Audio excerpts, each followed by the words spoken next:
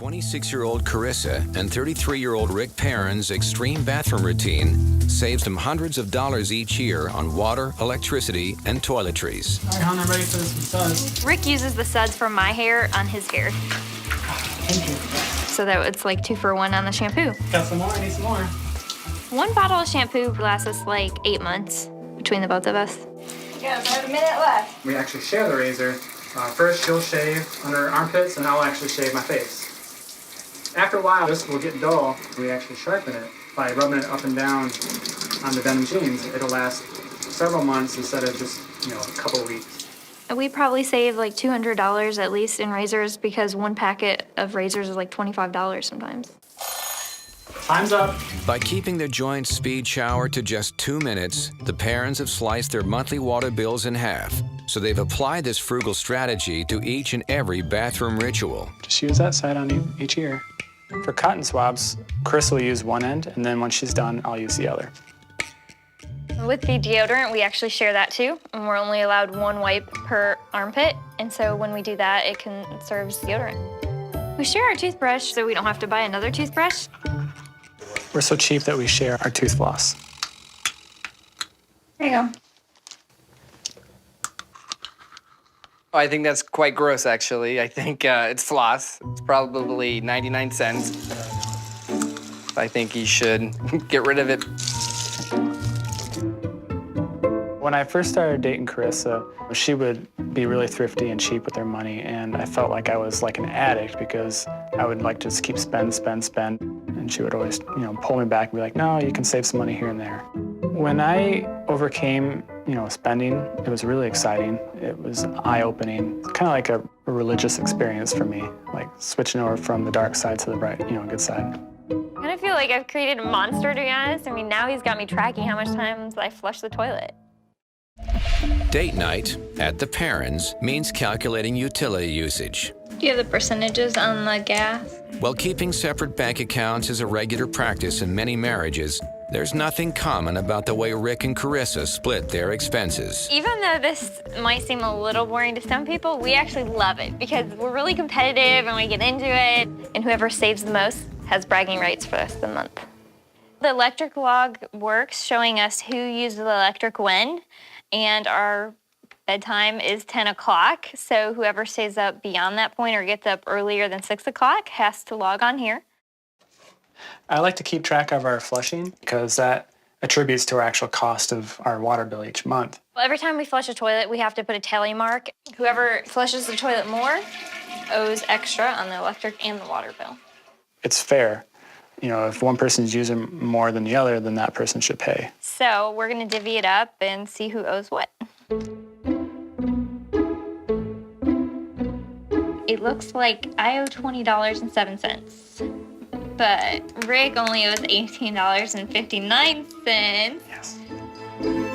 The parents plan to save $1 on every major life event to come. A true cheapskate plans for every eventuality, including death. We decided to arrange our funeral now because that way we'll avoid all of the inflation. Statistically, men die before women, and I don't want Rick to die and me be stuck with a huge funeral bill. I can get it now at half the cost.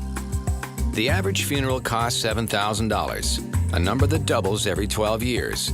By planning now, the parents will be saving tens of thousands of dollars decades down the line. Chris and Rick, this is the area that if you want to be cheap, these are our cheapest caskets. So on these coffins, I was noticing like there's pillows and, what's this? I don't even know what that's called. How much would that reduce the price if we take out the lining and the pillow and, anything extra? Is there any way we can order it without? I would have to call the manufacturer, but gosh, y'all have got 50+ years, but hopefully before you'll need this, that y'all have that long life together, that you can make that decision then if you still want to be cheap. Yes, I want to be cheap. Rick and I had this idea. We want to just have one burial, one funeral, one everything. If he dies first, because he's older and he's a guy, then we can bury him and then just exhume him when I die and then bury me with him. And that way it's just one casket, one everything. It just makes more sense. Can we do that? It's a very weird request to exhume a loved one and then place the new dead person in with that casket. Do you have any big enough to fit 2 of us? Or you just have to be on top of each other. Okay, that'll probably work. They're very cheap. It's new to me that someone would have that request to dig their loved one up and be placed in there with them. There are going to be charges for exhumation. You got to hire professionals to dig the grave to get you out. Can we crunch the numbers and look at all of our options? We sure can. Okay.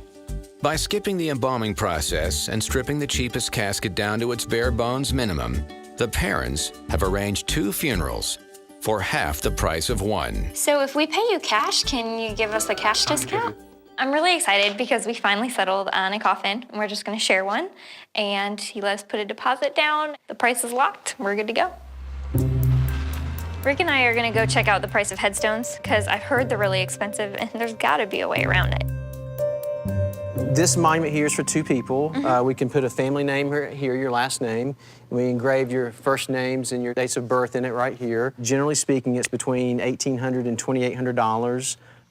Would it be cheaper if we just did like fewer letters, like our initials, instead of full name? Typically, most people kind of want their name on there so that maybe future generations could know who was buried there rather than just having initials on the stone.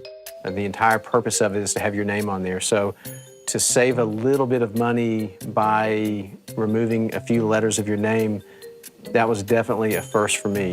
So we could do something similar to this, but just half the size. Half the cost, or? Not quite half. I mean, something like that could range from $800 or $900 to $1,100 or $1,200. I was pretty shocked how costly a gravestone actually is. Do you happen to have any stone that maybe was busted, somebody hit it with a car or something? Maybe it was broken, you can actually fix and repair, and then you can maybe sell it back to us? So I don't have anything like that. Okay. We're actually curious if we bring a big old rock in ourselves, that you could actually put a plaque on that rock. We can do that. Sedimentary rock, and it doesn't last very well in a cemetery, so we recommend, granite or marble, as opposed to just like a rock you might dig up in your backyard. I've never spoken to anyone here that was quite looking to do it that cheaply. These stones here, these are flat markers. Most commonly, they're used at the foot of a grave when you have like an upright stone. But, we can use this at the head of the grave. Yeah. Great. Yeah, perfect. Absolutely. With a smaller headstone, we're gonna save about $2,000 there. So I'm pretty excited. Chris and I have a long time to live, and we're gonna be the cheapest we can.